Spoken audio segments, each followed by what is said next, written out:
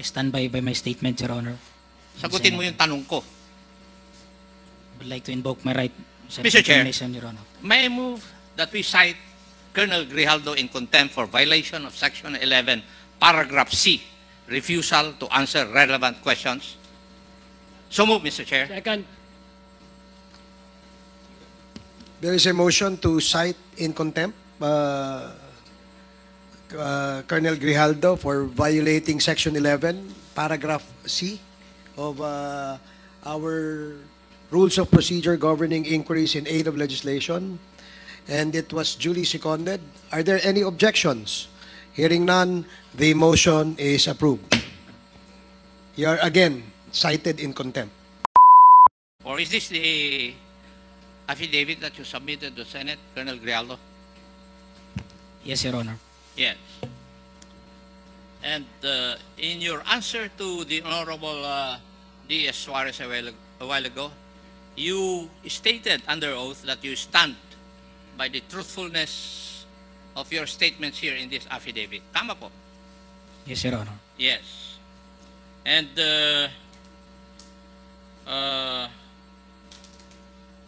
you have imputed certain inappropriate actions on our two colleagues, the Honorable Abante and the Honorable Fernandez. Tama po ba? Your Honor, I will stand by my statement in the Senate under oath, That is and I not would an like to invoke my appropriate- right to self-incrimination, Your That Honor. is not an appropriate answer to my question.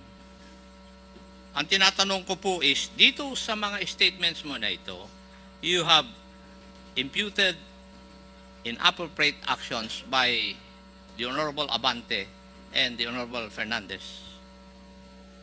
Would that be correct? Yes or no?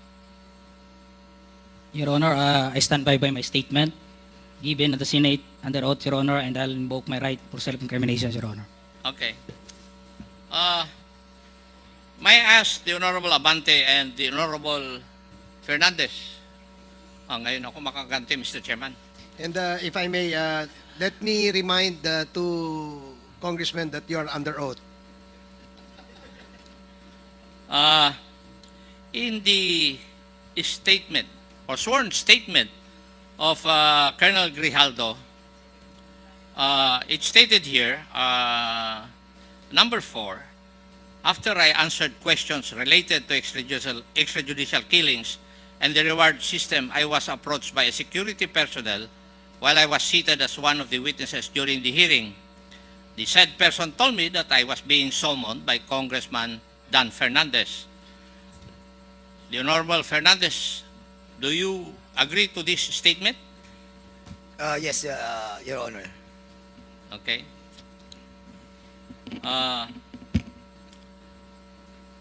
When I entered the room, I saw the two lawyers of Police Colonel Garma standing inside the room. Two lawyers of Colonel Garma standing inside the room. One of the lawyers approached me and asked me what we were going to talk about. I said that I do not know. May I ask the Honorable Abante and Fernandez if there were really the presence of the two lawyers of Colonel Garma were present? Yes, Chairman Acop, yes. The Honorable Abante, do you agree with Honorable Fernandez? He's talking to somebody, Mr. Chairman. Maybe you can cite him in contempt. Chairman Abante, you're being asked. Chairman Abante, you're being asked by Chairman Acop to confirm the statement. Do you agree with the statement of Colonel Grijaldo that there were two lawyers of Attorney Garma present when you talked with Colonel Grijaldo in a room? Yes, yes, Your Honor. There were two lawyers present. Thank you, Your Honor. According to the affidavit of Colonel Grijaldo, the Honorable Fernandez asked Colonel Grijaldo to sit beside him, and you entered the room and sat on the far end chair on the right. And one of the lawyers of Colonel Garma stood near the back of Colonel Grijaldo. Would that be correct? Ako yung unang dumating, Mr. Chairman. If I remember it right, nung dumating po ako, nakaupo na po siya. Okay. So, nakaupo na siya. Yes, Your Honor. Okay. The Honorable Abante? Yes, it was a small room, no? Doon lang sa corner na yan. And so, malapit din kami sa isa't isa. So, just near to each other. In fact, Mr. Chair, I'd like to say na when I talked to him before he came in the room, was that because it was Colonel Garma that said that Colonel Grijaldo knows a lot. He knows a lot about this thing. So, sabi ko, sige, total, normal naman yung vetting na ginagawa natin, kinakausap natin. So, we talked to him and sinabi ko kay Colonel Garma, can he corroborate your statement? Ang sabi ni Colonel Garma, yes eh. So, kinausap namin. Your Honors, pasensya na po kayo kasi hindi naman sumasagot kasi sa mga tanong ko sa si Colonel Grijaldo. Kaya kayo po ang tatanungin ko na muna. Mr. Chair, if I be allowed. The resource person is not allowed to ask questions. No, I'm not asking questions, Mr. Chairman. I will be answering in relation to the answer of So you Congressman. are replying to the question Yes. raised by Yes, Mr. Chairman. Please proceed. Well, ang totoo po kasi noon, yung pong dalawang lawyer ni Colonel Garma, sila po talaga yung nag-approach sa amin. Ang sinabi po nung dalawang lawyer, if I remember it right, yung pangalan po nung lawyer si Attorney Victor. Nakalimutan ko po yung apelyido. Attorney Kilang and Attorney Kumigan. Yes, opo. Ang sabi nila, kasi kung matatandaan niyo po, yung ating supplemental affidavit na ginawa po ni Colonel Garma was given to us on the day itself. And then, nung binabasa po natin, sabi natin, sino magko-corroborate nito? Sino magbe-betting ito? Lumapit po yung dalawang lawyer. At ang sabi, kung pwedeng kausapin si Colonel Grijaldo. Dahil si Colonel Garma ay very close daw kay Colonel Grijaldo. At siya makakapag-bet sa mga nakalagay doon sa supplemental affidavit. So, ang sabi ko naman kay Attorney Victor, tama-tama andyan si Grijaldo andyan sa likod.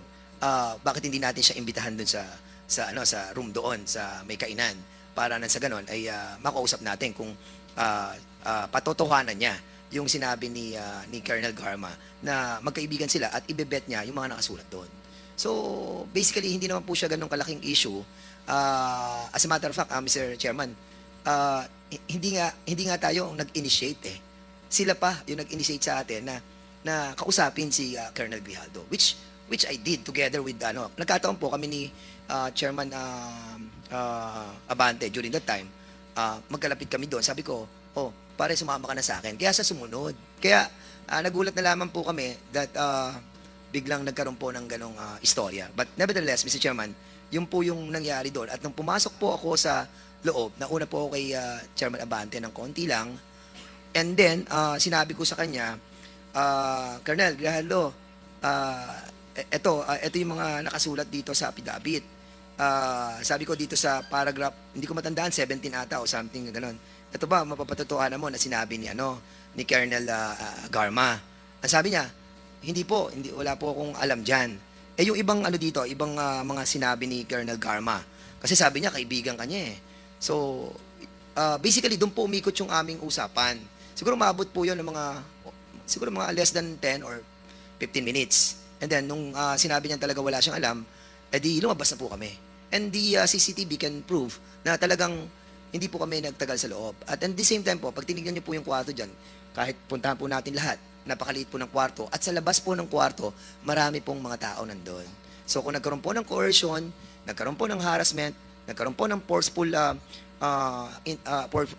force galing po sa amin, I think malalaman po ng mga taong nandyan. And even the CCTV, nung lumabas po siya dyan ng pintuan niyan, makikita po natin na yung itsura niya, hindi naman po siya mukhang na-coerce eh. Mukhang masayang-masaya pa nga po siya.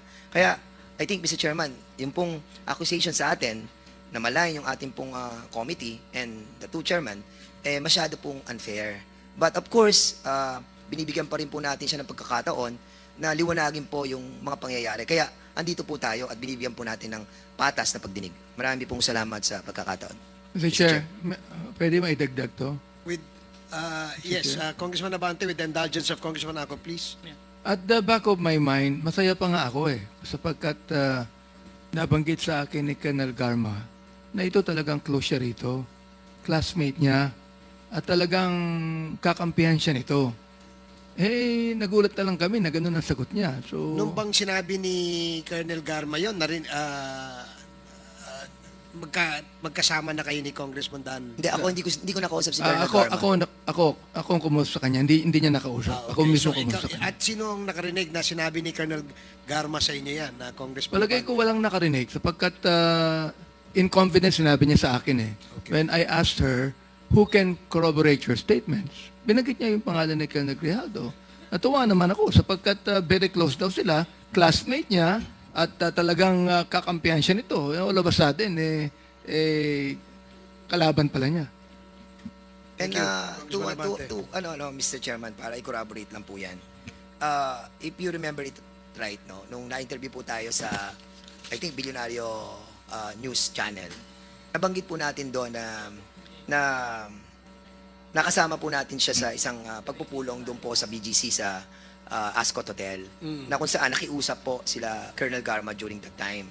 And during that time, we were shocked, ikaw, saka ako, Mr. Chair, na nakita natin si Colonel Grijaldo doon.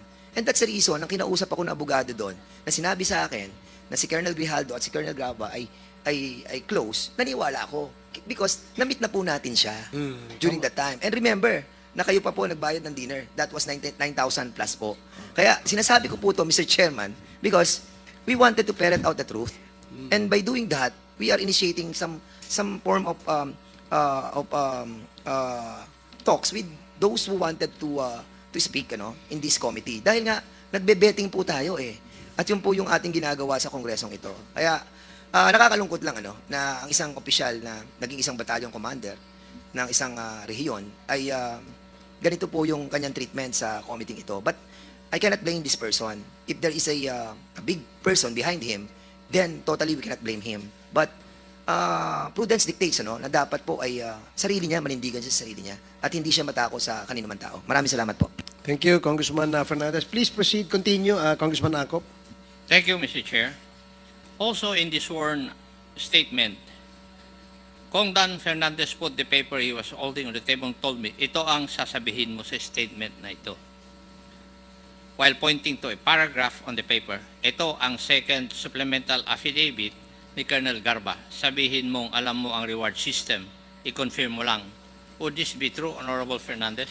Po ganyan ang pagkakasabi ko. A while ago, I was testifying in this honorable committee that itinuro ko po, yan, Colonel Grijaldo, ito.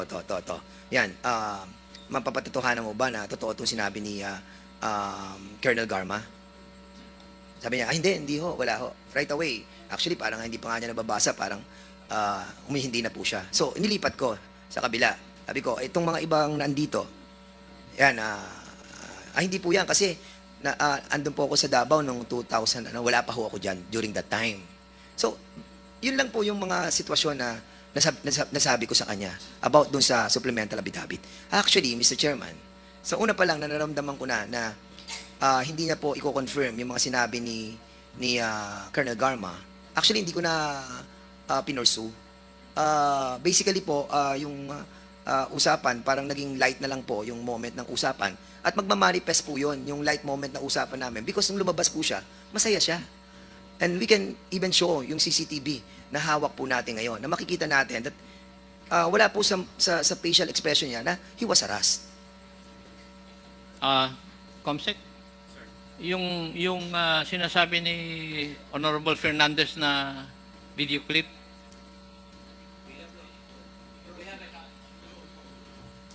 Comsec floor, do you have a Comsec. video? SPM. O yan. Colonel Grijaldo enters the holding room. Comsec? Yung sinasabi ni Honorable Fernandez na video clip,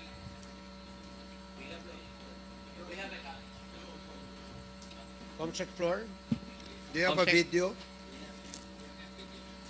SPM. O yan. Colonel Grijaldo enters the holding room.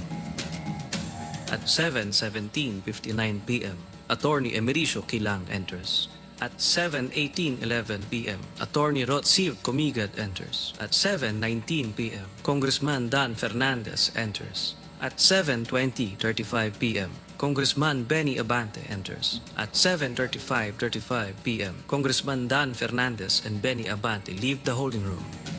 At 7:36:14 p.m., Colonel Grijaldo exits with Attorney Kilang and Attorney Comiget.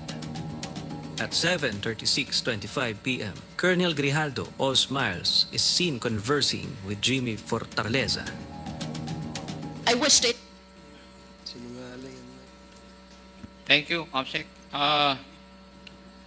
Yun pong kay Honorable Abante naman, paragraph 14 of the affidavit. Kong Abante asked me how many years do I still have with the PNP. I answered I still have 4 years before retirement. Then he made the remark, pwede ka pang maging general. I humbly responded to him, masaya na ako sa ranggo ko, sir. Pagkatapos nito, uuwi na lang ako at magtatanim na lang ako ng kamote sa amin. Mr. Chair, I cannot recall, no? Pero kung yan man, nasabi ko, ako ba'y, mayroon ba akong karapatan na i-promote siya? Sapagkat sinabi niya ron, gusto ko siyang ipapromote. Anong karapatan ko para i-promote siya? Para lang siya magsabi ng gusto kong sabihin niya. Masyado namang akusasyon yan na kahit kailan, hindi ko ginawa kahit kanino. Thank you, Honorable Abante. Paragraph 15. The cordial conversation between us continued. So, walang animosity. Would you agree with that, Your Honors? Na cordial yung conversation niyo? Well, actually, Mr. Chairman, di mo pa binabanggit yan kanina. Sinabi ko nga, after na tinanong na namin yung mga ilang provision dun sa paragraph niya, na alam ko na hindi naman tayo makakakuha ng magandang resulta dun sa confirmation ng betting, sabi ko nga, naging light na lang yung usapan. Hindi ko na alam kung ano mga napag-usapan. At, but after that, umalis na ako. Tapos sumunod na si Congressman Benny. Pero dinagdag niya. Sa kanya, Mr. Chair, tama ho. Tama yung sinabi ni Chairman Dan na very cordial, very light ang usapan namin. Parang nabibiroan pa kami dun nabanggit niya na siya magtatanim ng kamote. Hindi ba biro yun? Yung ba totoo ba yun na magtatanim talaga siya ng kamote pagkatapos na mag-retire? Saka, in all due respect, Mr. Chair, if I may, Mr. Chair, may I be allowed to speak? Kasi, alam niyo po, napakasama naman po ng magiging action namin if we have done something like that without the prior approval of the members of the the chairman of the Quadcom. Never na ginawa po ng bawat isa sa atin yan na meron po tayong gagawing betting ay hindi nalalaman po ng ating pong mga kasamahan. And yung pong most especially kung yung pong coercion at harassment na kung gagawin po namin ay mapuput into jeopardy lahat ng ginawa po ng Quadcom.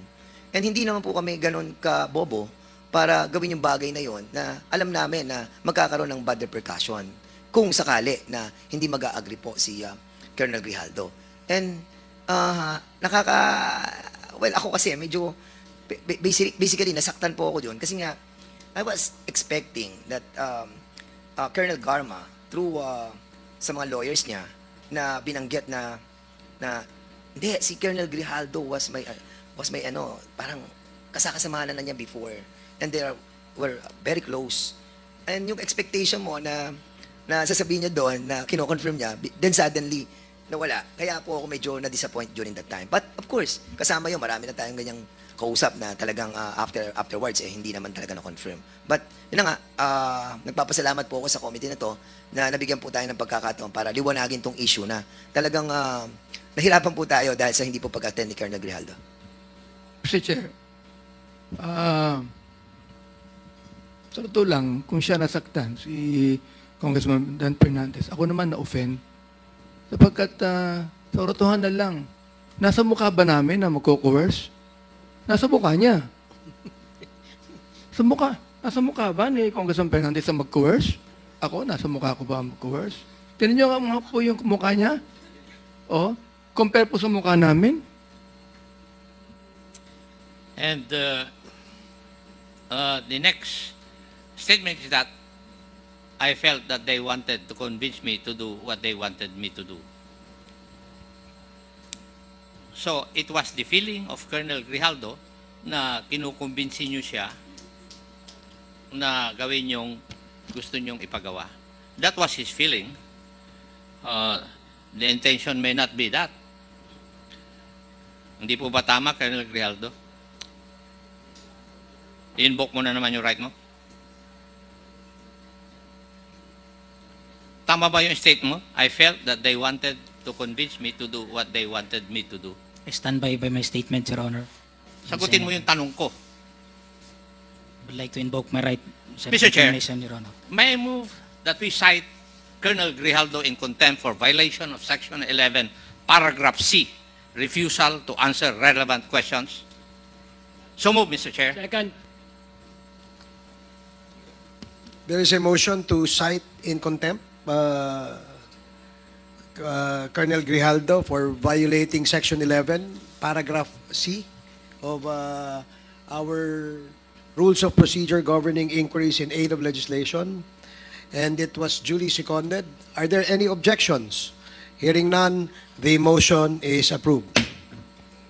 You are again cited in contempt. Mr. Chairman, Is Congressman Acop done with this interpellation? Mr. Chair, my motion needs another motion from any member of this committee because we have to determine where what is the duration of his penalty and where he would be incarcerated. Mr. Chair. Is there any motion? Mr. Chairman, Congressman Paduano. while the rules of the House now with regards to Section 11, citing a resource person in contempt, the detention, no? The place of detention lies with of course, the chairman of this honorable committee. May I respectfully move, Mr. Chairman, that we will transfer, in this contempt order, I move that we will detain Colonel Grijaldo at para malapit-lapit lang sa batasan at Station 6, Mr. Chairman. So move, Mr. Chairman. Are you referring to Station 6 of the Quezon City, Mr. Chairman. Dito lang yan sa batasan. Okay, So move, Mr. Chairman. there is a motion to detain, transfer the detention of Colonel Grijaldo to Station 6 of the Quezon City Police Station. Are there any second? Duly seconded. Any objections? Hearing none, the motion is approved. Comsec, please coordinate with our Sergeant at Arms and inform the said office that Colonel Grijaldo will be transferred to Station 6 of Quezon City and serve his detention in that facility. Mr. Chair, Congressman Acop. since I cannot get intelligent answers from our resource person, may I just make a manifestation? The reason why I asked Attorney Conti about the canons of legal ethics that we have in our possession a joint statement from the law office of Attorney Emerito B. Kilang from the Kumigad law offices. And in this joint statement of the two lawyers, they debunk all the claims of Colonel Grijaldo. And lawyers are supposed to observe the canons of legal ethics, as I have stated in my interpellation of Attorney Conti. And that is the reason why I asked Attorney Conti about the canons of legal ethics. So, it is the word of Colonel Grijaldo alone versus the words of two honorable congressmen and attested to by two lawyers, the lawyers of one of our resource persons, Attorney Garma. The other manifestation I want to make, Mr. Chair, is that in 4 instances where we invited Colonel Grijaldo, he has refused to attend. Ang timing po niya ng pagka-confine niya, every time na meron tayong hearing, if you look at the calendar of events. Kaya sinasadya niya na magpa-confine para hindi siya maka-attend ng hearing. Marami pong salamat, Mr. Chair. Sir Chair. Thank you, Congressman Acop. Umani naman ito ng iba't ibang reaksyon mula sa ating mga netizens. Ayon kay Nilo Montemayor, good decision by the Quadcom for citing in contempt in the second time for Grijaldo not answering a simple questions by Acop. Pahayag naman ni FNJS, okay lang yan kahit i-cite in contempt ka. Magkikita din kayo sa tamang court, Colonel. Doon mo sila gantihan lahat, kaya sila nang galaiti dahil pati sila damay kasi yan ang gawain ng kanilang committee Wadcom. At ito naman ang saloobin mula sa ating kababayan na si Annalyn Caro, mas nananiniwala ako sa isang uniformed man kaysa sa mga taong nabigyan lang panandaliang kapangyarihan na mapang-abuso. Mga kababayan, feel free to comment below para maglabas ng saloobin sa balitang ito.